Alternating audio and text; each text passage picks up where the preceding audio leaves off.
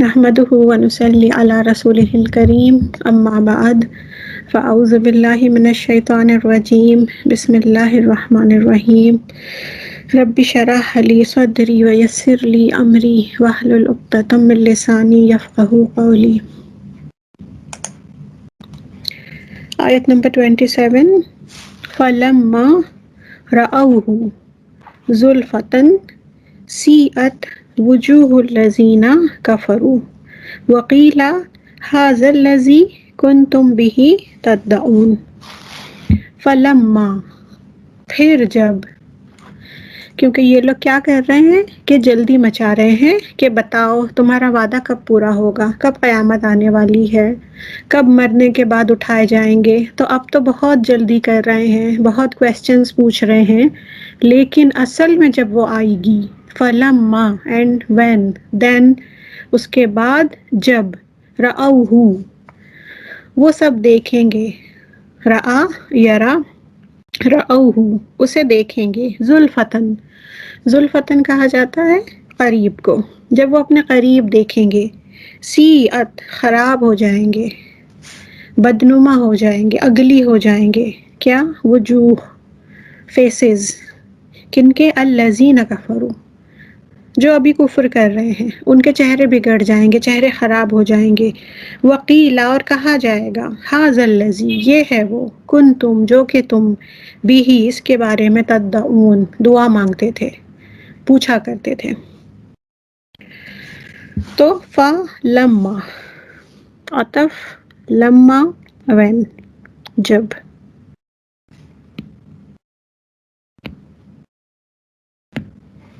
رَأَوْ رَآ جمع کا صیغہ ہے اس لیے واو آیا ہے کہ وہ سب دیکھیں گے. ہو رَأَوْہُ کسے؟ وعدے کو، کیونکہ پچھلی آیت میں کیا ہو رہا ہے؟ متی ھذا الوعد ان کنتم صادقین، اس وعدے کے بارے میں. تو اس وعدے کو کس طرح دیکھیں گے؟ زُلْفَةً زلفا قریب ہو جانا. پہلا معنی ہے اس کا قریب ہو جانا، دوسرا معنی ہے کہ رات کا ایک حصہ.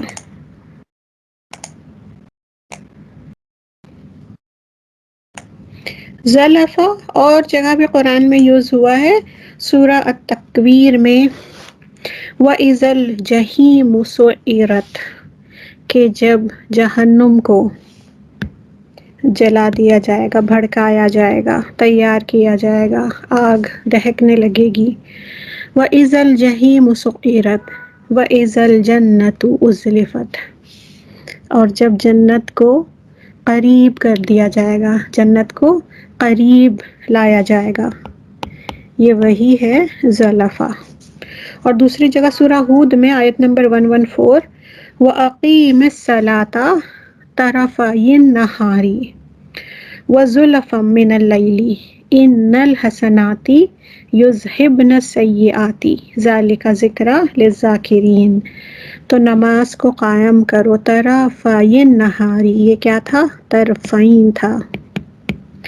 وَزُلْفًا مِّنَ اللَّیْلِ کہ رات کا کچھ حصہ. تو یہ وہی ہے.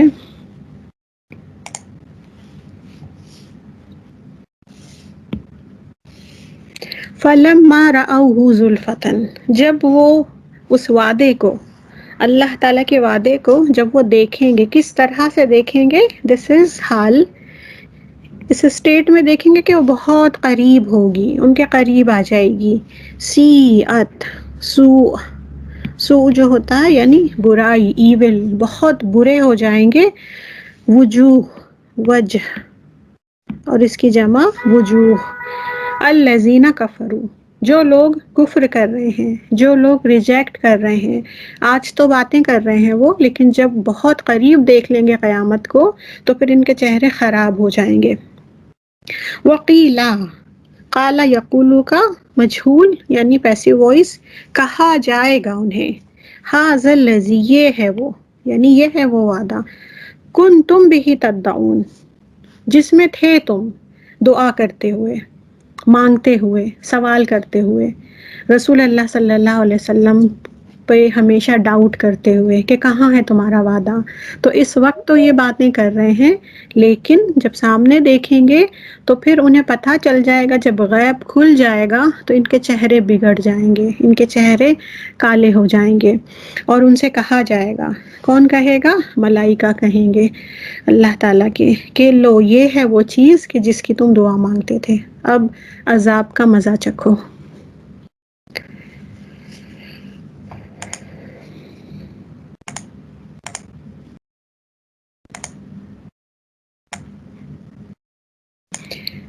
آیت نمبر 28.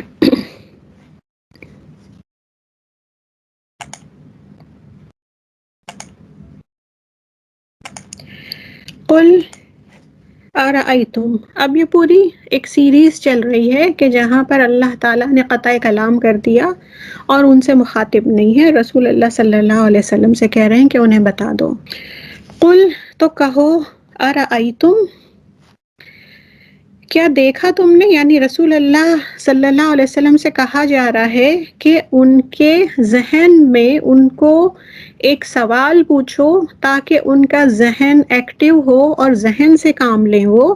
ارأیتم، جیسا کہ ہم نے دیکھا تھا، رآ کا مطلب کیا ہوتا ہے، یعنی خواب میں بھی دیکھنا اور ذہن کی آنکھ سے بھی دیکھنا. تو قل ارأیتم، کیا تم نے سوچا ہے، تم سب نے سوچا ہے، ان کیا ہے، حرف شرط ہوتا ہے. اگر اہلکنی اللہ، یہ اصل میں کیا ہے، اہلکا، اہلکا یعنی ہلاک کرنا، ختم کرنا، مار دینا. اہلکا یہ کیا ہے، پلس یا، مجھے، کہ مجھے ہلاک کرے. اب اس کے بیچ میں آ گیا ہے نون الوقایا.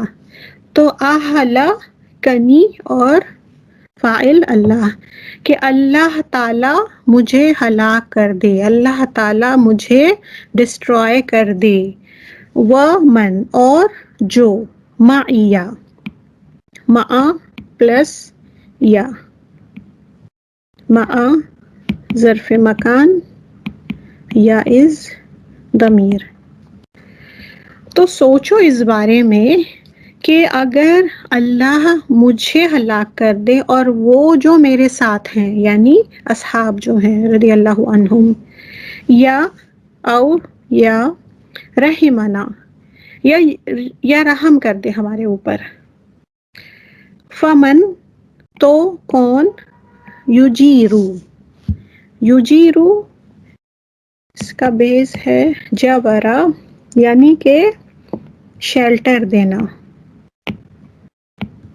پناہ دینا.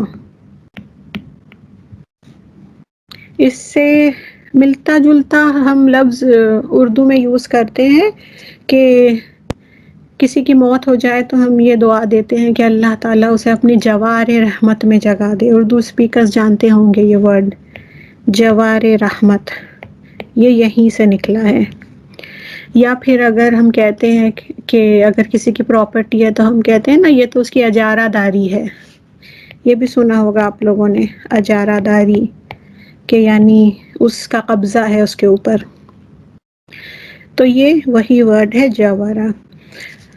فمن یجیرو، کون پناہ دے گا، الکافرین، کافرین کو جو کفر کرتے ہیں، من عذاب علیم، کس سے، پنشمنٹ علیم، علم یعنی پینفل، بہت تکلیف والا. تو اب اللہ تعالیٰ رسول اللہ صلی اللہ علیہ وسلم سے کہہ رہے ہیں کہ انہیں پوچھو ایک بات، ایک سمپل سی بات پوچھو کہ اگر اللہ تعالیٰ مجھے ہلاک کر دے اور میرے ساتھ ان لوگوں کو جو میرے ساتھی ہیں تو ہمارا معاملہ الگ ہے، لیکن کافروں کو کہ جو اللہ تعالیٰ کے میسج کو ریجیکٹ کر رہے ہیں، اللہ تعالیٰ کی ذات کو ریجیکٹ کر رہے ہیں، انہیں ایک پینفل پنشمنٹ سے کون بچائے گا. تو یہ جو آیت ہے اس کے پیچھے ایک بیک گراؤنڈ ہے.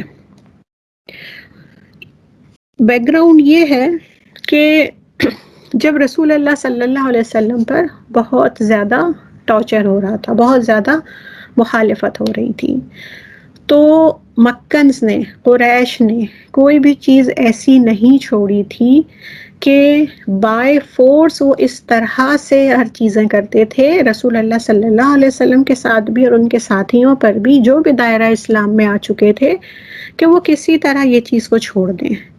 اب ان کے پیچھے ان کے اپنے اپنے مقصد تھے، اپنے اپنے ایجنڈاز تھے، لیکن سارے ہی مل کر ایک فورس بنے ہوئے تھے، اور جس طرح بھی جو بھی ان کے بس میں تھا وہ ان لوگوں کو کسی طرح بھی روکتے تھے۔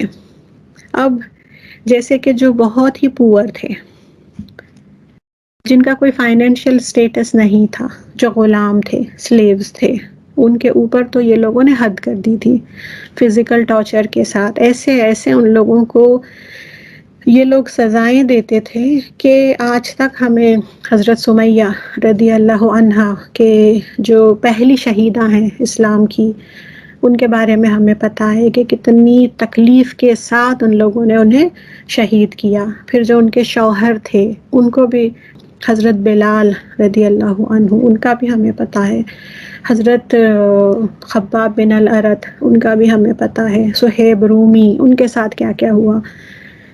یعنی جو غلام طبقہ تھا، جو سلیوز میں سے تھے، ان کے اوپر ان کا نہ کوئی بولنے والا تھا، نہ ان کا کوئی مورل سپورٹ تھا وہاں پر، تو ان کے ساتھ وہ بہت فزیکل ہو جاتے تھے اور ہر طرح سے تکلیف دیتے تھے۔ پھر وہ طبقہ کہ جو بزنس مین طبقہ تھا، کہ جیسے حضرت ابوبکر صدیق رضی اللہ عنہ، حضرت عثمان غنی، تو ان لوگوں کا کیونکہ وہاں پر پاور تھا تو یہ لوگ ان کے ساتھ تو فزیکل ٹارچر نہیں کر سکتے تھے، تو ان کے ساتھ ان لوگوں کی اسٹریٹجی کچھ ڈفرینٹ ہو جاتی تھی، یعنی کہ ان کا مذاق اڑانا، ان کو ڈینائی کرنا، اور جن کا سیلف رسپیکٹ ہوتا ہے ان کے اوپر فزیکل ٹارچر نہیں بلکہ ان کے سیلف رسپیکٹ کو اسٹرائک کرنا، وہ ان کے لیے بہت بڑی تکلیف والی بات ہوتی ہے۔ پھر یہ کہ جو بزنس مین اچھا، جن کا بزنس تھا، ان کا کاروبار زیادہ پروفٹ لاتے تھے، تو وہ کیا کرتے تھے کہ انہیں لوگوں سے کہتے تھے ان کا بائیکاٹ کر دو۔ جو ابو لہب تھا رسول اللہ صلی اللہ علیہ وسلم کا چچا، وہ کہتا تھا، وہ دور دور حجاز میں جاتا تھا، بلکہ جب حج کرنے کے لیے لوگ آتے تھے پورے حجاز سے، تو وہ کہتا تھا کہ دیکھو، ایک چاچا سے بڑھ کے بھتیجے کو کون جان سکتا ہے، میں اسے اچھی طرح سے جانتا ہوں، ان لوگوں کا بائیکاٹ کرو اور ان کی کوئی بات نہ سنو۔ تو ہر طرح سے ان لوگوں نے رسول اللہ صلی اللہ علیہ وسلم کے مشن کو روکنے کی کوشش کی۔ اس کے بعد کیا ہوا کہ جب اللہ کی مدد کے ساتھ جو مقصد تھا وہ آگے بڑھتا ہی گیا، کم نہیں ہوا، تو پھر جب انہیں پتا چلا کہ اب یہ رکنے والے نہیں ہیں، تو ان لوگوں نے الزام لگانا شروع کر دیا، رسول اللہ صلی اللہ علیہ وسلم پر ایلیگیشنز لگانا شروع کیا، کہ کیا کہتے تھے کہ یہ کاہن ہے، یعنی جادوگر ہیں، نعوذ باللہ، یہ شاعر ہیں، شعر و شاعری کرتے ہیں۔ کیوں؟ کیونکہ قرآن جو ہے اپنے ادب میں، اپنے لٹریچر میں اپنے پیک پر تھا، اس سے تو انکار نہیں کر سکتے تھے یہ لوگ، لیکن کیا کہتے تھے کہ کوئی شاعری انہوں نے ڈھونڈ کر لائی ہے۔ پھر کہتے تھے کہ یہ مجنون ہے، کہ ان کا دماغ چلا ہوا ہے، کبھی کہتے تھے ان کے پاس ایک جن آتا ہے جو انہیں ایسی چیزیں بتاتا ہے۔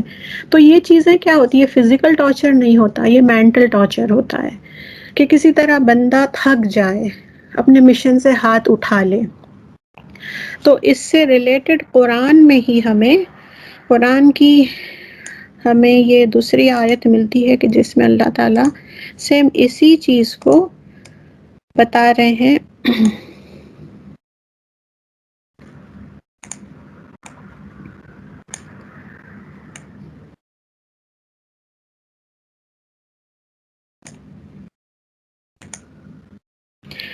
فذکر فما انت بنعمت ربک بکاہن ولا مجنون۔ اللہ تعالیٰ کہہ رہے ہیں رسول اللہ صلی اللہ علیہ وسلم سے کہ یو کنٹینیو پریچنگ، ذکر کرتے رہو، لوگوں کو یاد دلاتے رہو، ان کو مجھ سے جوڑتے رہو۔ فما انت، تم نہیں ہو، بنعمت ربک، اپنے رب کی نعمت کی وجہ سے، بکاہن، کاہن نہیں ہیں، ولا مجنون، آپ پر جنون بھی نہیں ہے، ام یقولون شاعر نتربص به ریب المنون، یا پھر وہ کہتے ہیں کہ آپ شاعر ہیں، نتربصو، نتربصو کہ ہم انتظار کریں گے، ہم طاق میں بیٹھے ہیں، بھی ریب المنون کہ ان کے اوپر، رسول اللہ صلی اللہ علیہ وسلم کے اوپر کوئی حادثہ ہو جائے، کوئی کلیمٹی آ جائے، کوئی ہارڈ شپ ہو جائے، تو بس ہم تو اسی کے منتظر ہیں، ہم تو طاق میں بیٹھے ہیں کہ ان کے اوپر کوئی مصیبت آ جائے۔ تو یعنی کہ جب ساری چیزیں ہو گئی ان لوگوں سے اور تب بھی انہیں لگا کہ نہیں، اب بھی ہم ان کے سامنے بہت ویک ہیں، اتنا سب ہونے کے باوجود، ایون دو یہ لوگ صرف اپنا ڈیفینڈ کر رہے ہیں، ہم ان کے اوپر اتنی اتنی تکلیفیں بھیج رہے ہیں، مگر پھر بھی یہ ڈٹے ہوئے ہیں اور وائلنٹ بھی نہیں ہو رہے ہیں، اس کے باوجود بھی ان کا جو مشن ہے وہ آگے بڑھتا ہی جا رہا ہے۔ تو پھر یہ کیا کرنے لگے کہ بس وش کرنے لگے، بد دعائیں دینے لگے، اور اللہ تعالیٰ خود کہہ رہے ہیں کہ ام یقولون شاعر نتربص به ریب المنون، کہ ہم تو منتظر ہیں، ہم تو انتظار میں بیٹھے ہیں ان کے اوپر کوئی بری چیز آ جائے۔ تو قل، کہہ دو انہیں، تربصوا، کرو، تمہیں جو طاق میں رہنا ہے رہو، انتظار میں رہو، فإنی، تو میں بھی، معکم، تمہارے ساتھ، من المتربصین، تو میں بھی طاق میں بیٹھا ہوں، میں بھی بیٹھا ہوں اسی انتظار میں جس طرح کے تم انتظار میں بیٹھے ہو۔ تو جب ان لوگوں کا یہ سلسلہ شروع ہوا بد دعاؤں کا، کہ وہ بد دعا کرتے تھے کہ کچھ غلط چیز ہو جائے، کہ کچھ ایسی چیز ہو جائے کہ اپنے آپ یہ مارے جائیں، اپنے آپ یہ ختم ہو جائیں، تو تب ہمیں سکون ملے گا۔ ہر گھر گھر میں یہ باتیں ہوتی تھی، عورتیں یہ باتیں کرتی تھیں کہ رسول اللہ صلی اللہ علیہ وسلم جب کھڑے ہوئے ہیں جو مقصد کے ساتھ، تو ایسا ہوتا تھا کہ ایک بھائی دوسرے بھائی سے نفرت کرنے لگا، کیونکہ ایک بھائی مومن ہو گیا، ایک بھائی مشرک ہو گیا، میاں بیوی میں دراڑ پڑ گئی، ایک فیملی کے کچھ لوگ مسلمان ہو گئے اور کچھ مشرک رہے۔ اور جیسا کہ ہمیں پتہ ہے کہ مکن پیریڈ جو تھا تو بہت ہی تکلیف والا تھا، کہ وہاں پر ایسا نہیں تھا کہ اگر آپ مسلمان ہو گئے، آپ نے شہادہ پڑھ لیا تو دیٹس اٹ، ہو گیا، نہیں، اگر آپ نے شہادہ پڑھ لیا تو آپ کے جان کے دشمن ہو گئے، پھر آپ باہر نہیں نکل سکتے، پھر it's not at all safe for you کہ آپ طواف تک کر لیں، آپ بازار تک جائیں، آپ اپنے پڑوسی تک جائیں۔ یعنی کہ اگر جس کو اپنی جان پیاری ہے وہ یہی کہتا تھا کہ مجھے کلمہ نہیں پڑھنا ہے، اور جسے اپنی جان سے زیادہ اس دین سے محبت تھی وہ کلمہ پڑھتا تھا۔ تو اس کے بعد یہی ہوا کہ جب پھر بھی نہیں ہوا تو پھر یہ لوگ کیا کرنے لگے، ایک دوسرے سے کہنے لگے کہ انہیں بد دعائیں دو، تو وہ لوگ بہت زیادہ بد دعائیں دیتے تھے کہ اس طرح ہو جائے، اس طرح سے ہو جائے، اور تم نے آ کر ایک فیملی میں، خاندان میں پھوٹ ڈال دی ہے، تم نے، تمہاری وجہ سے اس طرح ہو گیا۔ جیسا کہ لوگوں کی عادت ہوتی ہے کہ ایک اچھی چیز بھی ہوتی ہے تو اس میں ایک نیگیٹو پہلو نکال ہی لیتے ہیں۔ تو ان کی بد دعاؤں کے جواب میں اب یہ آیت آ رہی ہے،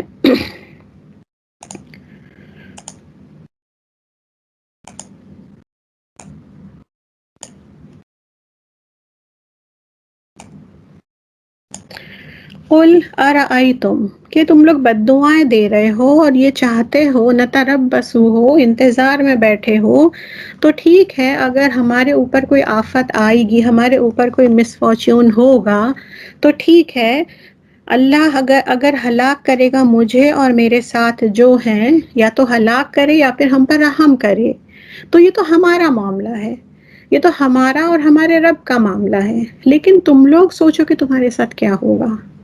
جیسے کسی کی دشمنی میں اتنے زیادہ اوپر ہو جاتے ہیں لوگ کہ وہ اپنا نہیں دیکھتے ہیں بلکہ یہ سوچتے ہیں کہ سامنے والے کو بد دعائیں دینا شروع کر دیتے ہیں، اور یہ کہتے ہیں اللہ تم سے پوچھے گا اور اللہ تمہارے ساتھ یہ کرے گا، لیکن وہ اپنے ایکسٹریمزم میں یہ بھول جاتے ہیں کہ اللہ صرف انہی کی طرف دیکھنے والا نہیں ہے، اللہ ہماری طرف بھی دیکھنے والا ہے، اللہ جو ہے عادل ہے، اگر وہاں پر اللہ تعالیٰ انصاف سے کام لے گا تو ہمارے ساتھ بھی انصاف سے کام لے گا، اگر وہاں پر پنشمنٹ دے گا تو بے شک ہمیں بھی پنشمنٹ دے گا اگر ہم غلط ہیں تو۔ لیکن لوگوں کی یہ عادت ہوتی ہے کہ وہ اپنا سب کچھ بھول جاتے ہیں اور یہ کہتے ہیں کہ تمہارا برا ہو جائے اور کرس کرنے لگتے ہیں۔ تو سبحان اللہ، یہ کتنی خوبصورت سا ہمارے لیے ایک تاکید ہے کہ اللہ تعالیٰ اپنے رسول صلی اللہ علیہ وسلم کے ذریعے یہ ہمیں لیسن دے رہے ہیں کہ اوکے ٹھیک ہے، اگر دو لوگوں میں اس طرح سے پرابلم ہے تو ہر فریق جو ہے اس کا اللہ تعالیٰ سے رشتہ ہے، ایسا نہیں کہ ایک فریق جو ہوتا ہے تو وہ اگر غلط ہو تو بالکل غلط ہو۔ تو یہ تم اپنا مائنڈ کو ٹرین کرو کہ تم اپنے بارے میں سوچو، تم دوسروں کے بارے میں نہیں سوچو۔ اور یہاں تو سبحان اللہ سب سے بہترین، the best of the creation کی بات ہو رہی ہے کہ رسول اللہ صلی اللہ علیہ وسلم اور ان کے ساتھی، کہ وہ خود کہہ رہے ہیں کہ چلو مجھے ہلاک کر دے اللہ، یعنی دو میں سے کوئی ایک چیز ہو سکتی ہے، یا تو مجھے ہلاک کرے یا ہمارے اوپر رحم کرے، تو ٹھیک ہے یہ تو ہم جانے اور ہمارا رب جانے، لیکن تم اپنے بارے میں فکر کرو کہ فمن یجیر الکافرین، کافرین کے جو تم کفر کر رہے ہو، تم نہیں مان رہے ہو، تو تمہارے ساتھ کیا ہوگا، عذاب علیم جو ہے، دردناک عذاب ہے، اس سے تمہیں کون پناہ دے گا، تم کس طرح سے بچو گے اس سے۔ تو ہم لوگ یہ بھول جاتے ہیں ہمیشہ کہ ہمیشہ ہم صحیح نہیں ہو سکتے، اور اگر ہماری سوچوں کا جو زاویہ ہے اگر اسی طرح ہے تو پھر ہمیں سمجھنا چاہیے کہ یہ کافرین کا پرسپیکٹیو ہوتا ہے، جو کفر کرتے ہیں ان کا پرسپیکٹیو ہوتا ہے کہ وہ اپنی طرف نہیں دیکھتے ہیں بلکہ دوسروں کی طرف دیکھتے ہیں، اور ہمیشہ ان کے لیے چاہتے ہیں کہ ان کے لیے تکلیف والا معاملہ ہو ہمیشہ۔ اب جیسے یہاں پر علیم یوز کیا گیا ہے، علامہ یعنی بہت ہی دردناک عذاب، تو وہ اس چیز سے ریلیٹ کرتا ہے کہ وہ لوگ جو مومنین تھے، جو غلام طبقے میں سے جو لوگ اسلام لا چکے تھے، ان کے ساتھ وہ اس طرح کا المناک عذاب دیتے تھے۔ جیسے کہ خباب بن الارت تھے، وہ جو سلیو تھے اور ان کی جو اونر تھی وہ فیمیل تھی، اور اس نے ان کو، یہ آئرن اسمتھ تھے اور لوہار کا کام کرتے تھے، تو وہ جو لوہا بناتے تھے اسی گرم لوہے سے وہ ان کے سر پر یعنی داغتی تھی فائر سے، اس سے ایسا کرتی تھی کہ کبھی کبھی اپنے ہوش و حواس کھو دیتے تھے، ان کو کچھ یاد نہیں رہتا تھا، اور پھر ان کی پیٹھ پر جلاتی تھی۔ تو جب حضرت عمر رضی اللہ عنہ انہوں نے جب ہجرت کے بعد ان کی پیٹھ دیکھی تھی تو انہیں کہا تھا زندگی میں نے آج تک کوئی اتنی پینفل چیز نہیں دیکھی جتنی میں نے خباب کی پیٹھ کو، اس کے بیک کو میں نے دیکھا ہے کہ اس نے اتنا جلائی ہوئی تھی۔ پھر حضرت بلال کو، جو ان کا اونر تھا، وہ گرم ریت پر ڈال دیتا تھا اور بڑے بڑے پتھر ان کے سینے پر رکھتا تھا، لیکن اس کے باوجود بھی وہ یہ کہتے تھے احد احد، یعنی اللہ ایک ہے، اور وہ کہتا تھا بس کہہ دو دو ہے، بس کہہ دو چار ہے، اور جب وہ نہیں کہہ پاتے تھے تو وہ انگلی سے اشارہ کرتے تھے۔ تو پھر وہ علم جو دیتے تھے یہ لوگ، تو پھر یہاں پر اللہ تعالیٰ اسی چیز کو یوز کر رہے ہیں، فمن یجیر الکافرین من عذاب علیم، کہ تم جو دیتے ہو دوسروں کو، جس پر تمہارا بس چلتا ہے، دوسروں پر بس نہیں چلتا، جو بیچارے غلام ہیں تمہارے ہاتھوں میں، ان کو تم اتنا المناک عذاب دیتے ہو، اور تمہیں دوسروں کی فکر ہے، تم دوسروں کا بس سوچتے ہو، تم اپنے بارے میں سوچو۔ تو بد دعا بھی جو ہوتی ہے وہ ہم دیکھتے ہیں کہ بد دعا بھی دی جا سکتی ہے، لیکن قرآن میں آتا ہے کہ اتنا ہی، کہ جتنا سامنے والے نے آپ پر جتنا ظلم کیا ہے صرف آپ اتنا ہی دے سکتے ہو، اور لیکن اگر معاف کر دیں تو وہ بہتر ہے، کیونکہ بد دعا جو ہوتی ہے اگر مظلوم ہے تو اللہ اور اس کے بیچ میں کوئی رکاوٹ نہیں ہوتی ہے۔ اگر مظلوم پر آپ نے کوئی ظلم کیا ہے اور اس نے اللہ تعالیٰ سے ڈائریکٹ اپنا ریلیشن بنا لیا اور ڈائریکٹ اللہ تعالیٰ سے دعا کی، تو وہ دونوں کے بیچ میں اور کوئی چیز نہیں ہوتی ہے، لیکن پھر بھی مستحب یہ ہے کہ ہمیں کسی کے لیے بد دعا نہیں کرنی چاہیے۔ اور اسے معاف کر دینا چاہیے. تو یہ جو آیت ہے آیت نمبر 28، تو اس کے پیچھے بھی وہی ہے بیک گراؤنڈ کہ وہ لوگ بد دعائیں دیتے رہتے تھے کہ یہ ہلاک ہو جائیں. تو الحمدللہ ہم نے آیت نمبر 27 اینڈ 28 کر لیے. کل انشاءاللہ 2 آیتیں کریں گے 29 اینڈ 30، اور ہمارا کل کا لاسٹ کا سیشن ہوگا. الحمدللہ اللہ تعالی ہم سے اس نیکی کو قبول کر لے، ہم سب پر رحم کرے، ہم سب کو اس وبا سے، اس بیماری سے محفوظ رکھے، اور جو اللہ تعالیٰ کے پاس پہنچ چکے ہیں اللہ تعالیٰ ان سے معافی کا، ان سے نرمی کا معاملہ کرے. آمین یا رب. سبحانک اللہم و بحمدک نشہد ان لا الہ الا انت نستغفرک و نتوب الیک. السلام علیکم ورحمۃ اللہ وبرکاتہ. وعلیکم السلام ورحمۃ اللہ وبرکاتہ.